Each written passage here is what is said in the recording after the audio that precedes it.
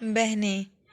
امی امی، ہماری تمام سہیلیوں کے بھائی ہیں اور ہمارا کوئی بھائی کیوں نہیں ہے؟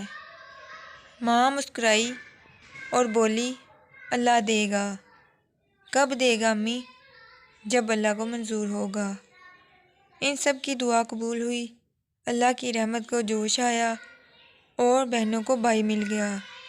بہنوں کے لیے بھائی سے زیادہ وہ ایک جیتا جاگتا گڈا تھا جس کے ساتھ وہ دن بھر کھیلتی، اس کے ناز اٹھاتی، ماں سے زیادہ وہ اس کا خیال رکھتی۔ وقت گزرتا رہا، اب بہن بھائی اسکول جانے لگے تھے۔ اس دن موسم خراب تھا، بارش رکنے کا نام ہی نہیں لے رہی تھی۔ بچے اسکول گئے ہوئے تھے اور ماں فکر مند تھی۔ جب بچے گھر لیٹے تو ماں حیران رہ گئی۔ بھائی کا لباس خوش تھا، بہنیں پانی میں شرابور نظر آ رہی تھی۔ ماں کو کچھ پوچھنے کی ضرورت پیش نہیں آئی۔ آپیوں نے مجھے چادر کے سائے میں رکھا، بھائی شوق آواز میں بولا۔ ماں مسکرائی اور بولی، بہنوں کے اس احسان کو یاد رکھنا بیٹا۔ ماں بہت گہرے بات کر گئی تھی، وہ سمجھ نہیں پایا۔ وقت گزر رہا تھا، ہر کوئی شادی شدہ تھا۔ ایک دن بھائی نے بہنوں سے کہا، میں اکیلا وارث ہوں اور تم دونوں کو اپنے حصے سے دستبردار ہونا پڑے گا۔ دونوں بہنوں نے ایک دوسرے کی جانب دیکھا اور چپ ہو گئی۔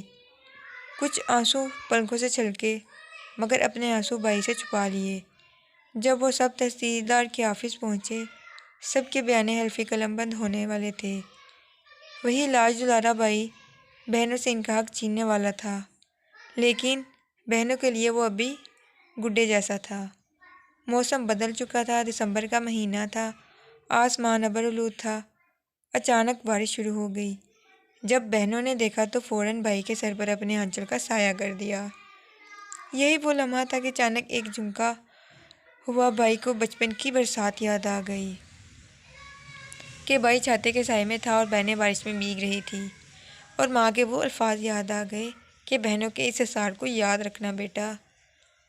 ماں کی بات آج سمجھ آ گئی، قدم لڑکھڑا گئے، نیچے بیٹھ گیا، رونے لگ گیا، بہنوں کے قدموں میں گر گیا، نظر آسمان کی جانب اٹھ گئی، اللہ سے توبہ کرنے لگ گیا کہ اس کریم ذات نے نا انصافی کرنے سے بچا لیا۔